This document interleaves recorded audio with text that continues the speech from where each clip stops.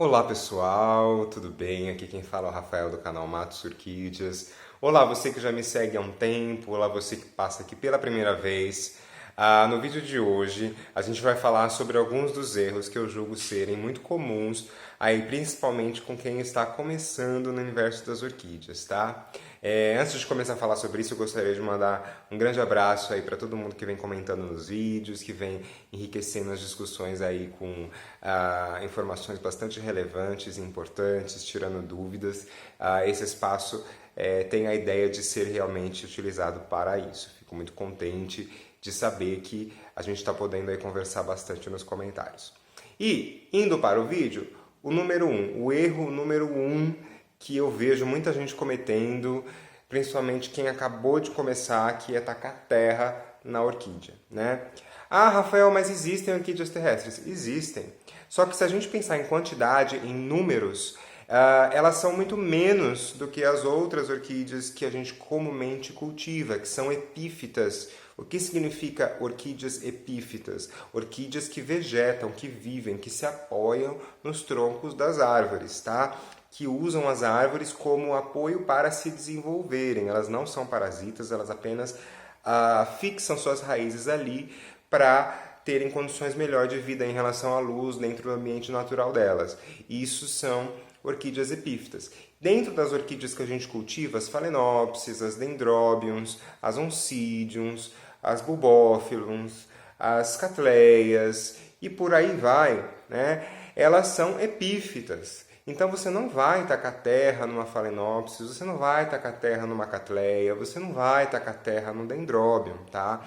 O que acontece? Ah, mas a minha vizinha tacou terra e a orquídea não morreu. Tudo bem, ela pode ter atacado terra e a orquídea não morreu, porque a gente sabe que existem indivíduos mais fortes e indivíduos mais fracos dentro do mesmo grupo. Mas tacar terra numa phalaenopsis, por exemplo, não é o ideal, não é a vida ideal que você está oferecendo para a sua planta. Então a gente precisa se informar, a gente precisa aprender, né? É óbvio que ninguém nasce sabendo, para isso que hoje em dia existem canais na internet, existem pessoas para a gente conversar, né? Então a gente precisa aprender um pouquinho mais sobre aquela orquídea que a gente se dispôs a cultivar, que a gente ganhou, enfim, que a gente comprou, tá? Então esse é o erro principal. Um erro número 2, que se relaciona um pouquinho até com esse erro número 1, é tratar todas as orquídeas da mesma forma. Ah, é orquídea, então beleza, é desse jeito que cultiva. E a gente sabe que não é bem assim. Por quê? Gente, vou falar um pouquinho agora da aula de biologia, né? Vocês lembram dos termos as plantas angiospermas e as plantas gimnospermas, né? As gimnospermas são as famílias do pinheiro, por exemplo, né? Os pinheiros, algumas outras plantinhas aí que são bem menos numerosas do que as angiospermas. As gimnospermas, elas produzem a semente sem o fruto. E as angiospermas, elas produzem ali a flor, né? E a flor, o ovário da flor, depois de polinizado, ele vira um fruto e as sementes estão geralmente dentro deste fruto, tá? As orquídeas, elas são angiospermas, como a grande maioria das plantas que a gente vê aí floridas ao nosso redor. Aí o que acontece? Dentro desse grupo das angiospermas, as orquídeas são as plantas mais numerosas, ou seja, tem maior número de espécies e híbridos aí naturais ou feitos pelo homem. Então vocês conseguem imaginar o tamanho desse universo que é falar de orquídea, tá? Essas orquídeas que a gente encontra para comprar no mercado, no garden center, na internet, elas são um número muito pequenininho em relação a todo esse conjunto de espécies. Então, por isso que não tem como a gente generalizar o cultivo. Mesmo quando a gente fala da mesma espécie, mesmo quando a gente fala, por exemplo, de catleia, a catleia cultivada no Rio Grande do Sul vai receber cuidados diferentes de uma catleia cultivada, por exemplo, em Brasília, que é diferente do cultivo em Recife, porque existem diferenças de clima, de região, e as pessoas normalmente acham que é orquídea, é assim, me dá uma receita pronta, me dá aí uma pílula mágica, uma receita de bolo, eu quero saber quantos ml de água, quantas vezes por semana eu ponho na minha planta, e isso não existe. Né? Quem passar uma receita pronta dessas para vocês não está sendo honesto, porque a gente precisa entender que dependendo do lugar onde você cultiva a sua planta, ela vai secar ou não, mais rápido, mais lentamente, e cada uma tem uma necessidade diferente aí, tá bom? Então é isso aí, é o erro número 2 aí.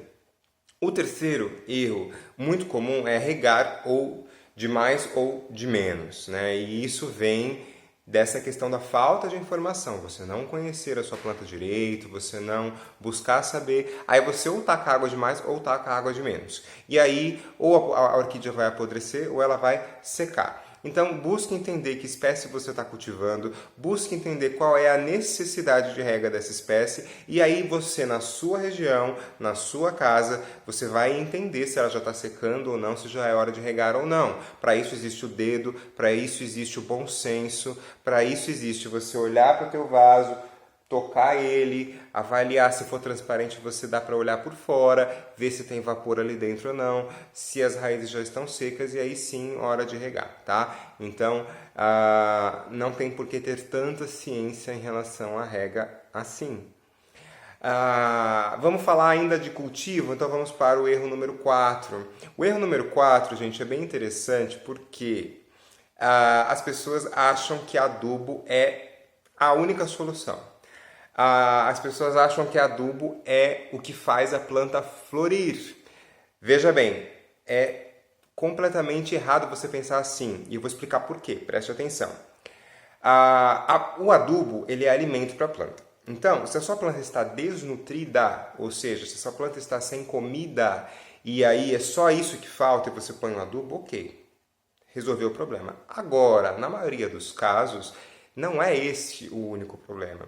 O problema é tudo, né? É você pegar uma Cymbidium, por exemplo, colocar na mesa do teu apartamento, fechada o dia inteiro, num lugar que mal pega a luz, e você achar que você tacar um adubo ali, a tua Cymbidium vai morrer de dar flor. E não é assim, né? Então, a maioria das pessoas, elas querem um milagre, elas querem fazer aquela planta florir a qualquer custo, num ambiente onde a planta não se sente bem, um ambiente totalmente inadequado para a planta, e a pessoa acha que se ela comprar um adubo igual a fulano, igual a ciclano, beltrano, a planta vai florir. Isso é uma tremenda enganação. E eu sempre falo isso aqui no canal. A principal coisa é a planta gostar do lugar. Gente, se a planta está bem no lugar que você está oferecendo para ela, se você está oferecendo um lugar adequado para a espécie que você tem, se você rega direito, você aduba direito, a flor é consequência, ela faz parte do ciclo de vida da planta, tá? Então, o problema é que as pessoas compram espécies que não são adequadas para o espaço que elas têm, para a região que elas têm, e aí elas querem que a planta floresça. E aí você fala assim para mim, pô, mas quando eu comprei a planta estava florida. Claro, gente, a planta que você comprou na sua região veio de um produtor que é especializado em cultivar aquela planta, que tem uma região propícia para aquela planta, que tem uma estufa adequada para aquela planta. Ele vende um pacote de plantas para um atravessador que, por consequência, vai vender isso para a loja de jardinagem onde você comprou para o mercado. Enfim, você leva para sua casa. Então, depois que ela florescer ali, é óbvio que provavelmente ela não vai florescer de novo se ela não tiver condições parecidas. Este é o grande erro, achar que com adubo você vai solucionar problemas dessa natureza. Você não vai. Eu estou aqui para ser honesto e dizer que você não vai, tá? A menos que você consiga trazer condições que façam a sua planta se sentir como ela se sentiria na natureza.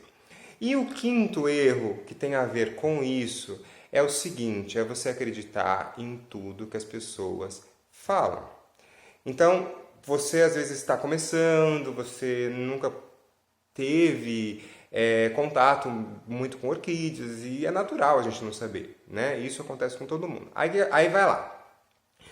Fulana fala pra você assim, olha, taca mel na tua planta que vai... Nossa, olha, vai ser demais. Você vai lá tacar mel. Putz, não aconteceu nada. Aí, uma semana depois, uma outra pessoa, olha, você tem que tacar cândida na sua planta que, putz, vai resolver. Aí você taca cândida. Dali a um mês, você vai lá, alguém fala pra você assim, não, mas é gasolina que você tem que botar na tua planta. Como que você não botou gasolina ainda? Aí você vai lá e bota gasolina na tua planta. 2 meses depois, alguém vai lá e fala pra você assim, olha, pega a casca de cenoura, rala e joga lá na tua planta. E aí? Aí passaram-se, sei lá, 6 meses, 1 ano, cada hora você tacando uma coisa na sua planta, e é óbvio que você não teve nenhum tipo de resultado com nada disso, né? Porque muitas vezes esses conselhos eles não têm base em conhecimento de verdade.